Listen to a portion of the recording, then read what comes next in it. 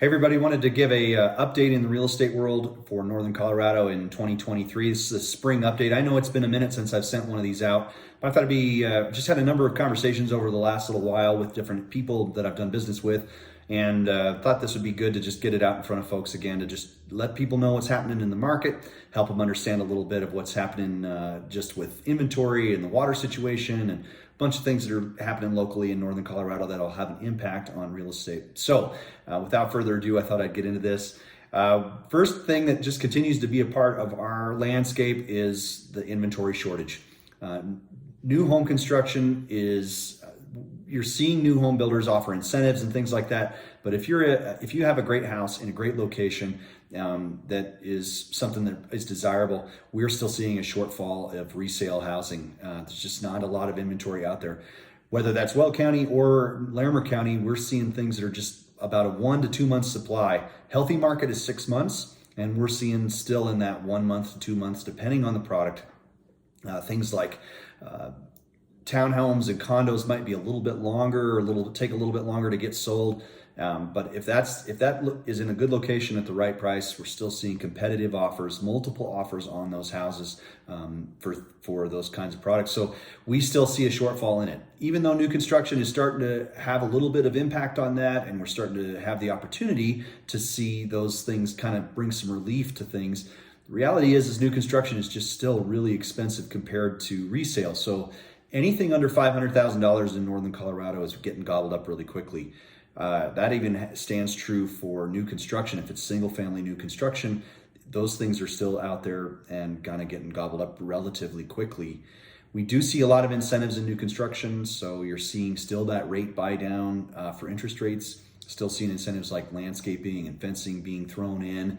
Still a part of what's being offered, and I think that has to do with the amount of inventory that's finally actually gotten some relief. You know, it takes so much time in the political process to get a neighborhood approved and a subdivision platted. I mean, you're talking 2, 3, 4 years for that to happen. We've especially seen that over the last couple of years with North Weld Waters issues in sort of the Severance, Windsor, Timnath area. Those houses really just kind of got stuck because of the moratorium that's there. That's been relieved on platted lots, and so some of that's helped. But by the time those houses actually get to market, you just see such a delay. That's probably what's caused the inventory kind of glut, I guess, in relationship to new construction. And that's why they're offering those incentives, the buy downs, the things that are going on out there. That's what's happening there. But we're still just way woefully undersupplied. You know, something like resale is typically the place where first-time home buyers, people that are at a different median income, those folks are usually in the resale world. Anything under $500,000 is gobbled up. I looked at a house the other night with one of my clients. It really was in terrible shape. No flooring. Stuff that was going on downstairs was all just kind of torn apart and not looking great. That's all stuff that's still getting gobbled up. It's still going under contract relatively quickly. So it's an interesting thing that's going on with that, because you don't have anything under $500,000, that supply feels really constrained. New construction typically is some relief valve to that, but because you're starting at a $500,000 benchmark, that's not, with interest rates being where they are, a lot of folks can't afford that. So that's a really hard dynamic that's happening in our market. It's causing a lot of frustration for first-time home buyers. It's also just causing a lot of frustration for people who think pricing should be retracting, and that they're looking for that great deal. It's not happening in our market. And even though interest rates have seen this big rise and all of that kind of stuff that's been going on, we are just not seeing those pressures in our market yet, because the inventory is so short, because politics is so complicated where we are. It's causing that kind of constraint in our world. Speaking of interest rates, wanted to visit a little bit about that with you. Interest rates, there are a lot of things that were happening last year, obviously through the fall last year, where we saw interest rates spiking so consistently. We went from 3.5% a year ago. Well, let's call that March or April of last year. We were at 3.5% on interest rates for a 30-year fixed mortgage. Right now, we're sitting just at about 6%. And depending on your credit, that might be higher. It could be 6.5%, could be 7%. There was a lot of kind of goofy stuff in the news about lower credit scores getting better interest rates. kind of true in one sense, is that they are getting a better interest rate than they normally would have. There's a cap on that, but it's still, they would be still paying a higher rate. And if you don't have good credit, or if you don't have a good down payment, you're looking at 6.5% to 7% mortgages. Traditionally and historically, those are good numbers, but that's a real shock to our system, where for so many years we've been seeing nothing higher than 5%. To be in that 6.5%, 7%, 7.5%, depending on if it's an investment, it can be really troublesome for folks. So interest rates have stopped in terms of just what rampant escalation. We're still seeing a lot of inflation in our market, and so that's complicated. They don't have a lot of levers left, especially with the bank failures that have happened over the last little bit. They've had to kind of step in and do some things. All of that is related to the interest rate, speed at which that accelerated, their aggression against a couple of different things to try to keep interest rate or inflation put back, puts such a huge pressure on interest rates that really a lot of the bank failures, a lot of the things that happened were related to people betting on lower interest rates. And when those lower interest rates aren't there, so mortgage-backed securities is a good one.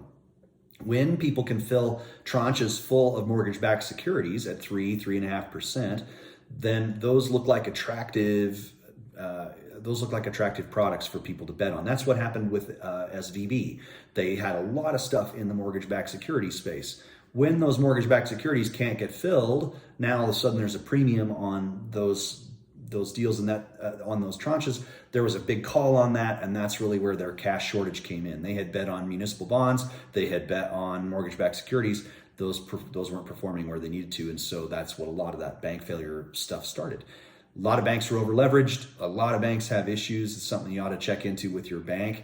The big guys are never going to be in that situation again. I don't think the JP Morgans, the Wells Fargos of the world, but local banks, smaller banks can have those things going on. So it's always a good idea to check with your bank on if you do bank at a smaller bank, check on their balance sheets, ask about their insurance programs, make sure that even though you're in an FDIC insured account, that only counts for you in one bank and one institution. So there's some things you probably ought to check through there, even though they say you can do spin-off accounts and those kinds of things.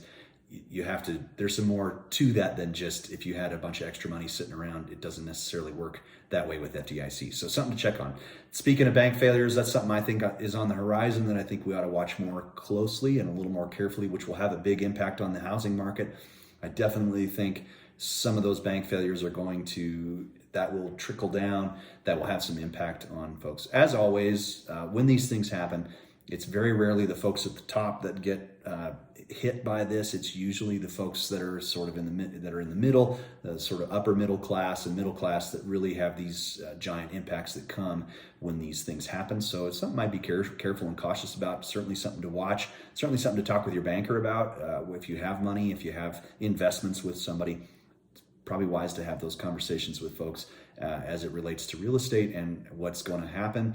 Usually when you start to see money get constricted, real estate constricts, you don't see as much investment in that.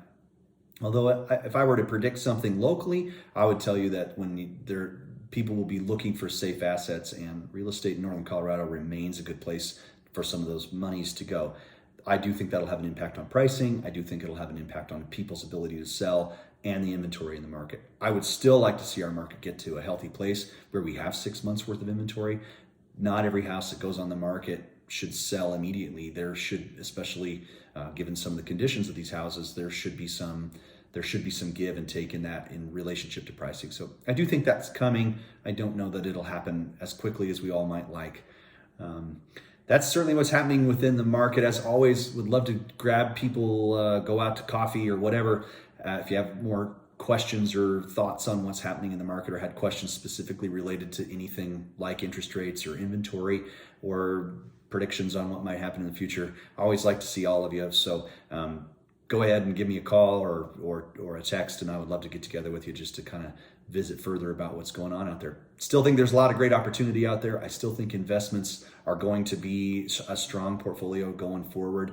If you think about it, I mean, buying a house now, if you're a first-time home buyer, you're trying to get into the market or you're trying to get into the investment market, the reality is that as people start to sell because of any number of reasons, whether they have to or whatever the issue is, they sell, and then if they're going to put that into their investment portfolio, or someone's going to take that on their investment portfolio, the only way that things are going to change is that they're going to have to raise the rents. So I do think rents will be quite a bit higher in the years going forward, simply because that's kind of the last one that hasn't kept up. And that's just the simple fact that when you have a stable mortgage and you haven't needed to sell, you're cash flowing, you're not paying attention to those things, you're not raising rents.